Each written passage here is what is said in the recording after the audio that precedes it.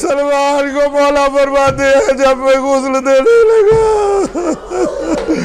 میں نے دیکھا اس ودہ متنہو اور میں مر جاؤں، متن کہتے ہیں بدن کے ظاہری حصے کو، مولا فرماتے ہیں میں نے جب چادر ہٹائی ہے پورا بدن بی بی کا نیلا تھا۔ مجھ سے پوچھو وجہ کیا ہے؟ جب یہ 400 بندہ بطول کے گھر میں داخل ہوا، ایک نے کہا اضربو فاطمہ، 400 ہاتھ میں تازی آنے دے، وہ جو بطول کو پڑھتے رہے، مولا فرماتے ہیں پورا بدن نیلا تھا، چہرے پہ نشان تھا، اور مجھے فاطمہ کے یہ زخم میرا حزن ہمیشی ہو گیا اور میں ہمیشہ روتا رہوں گا۔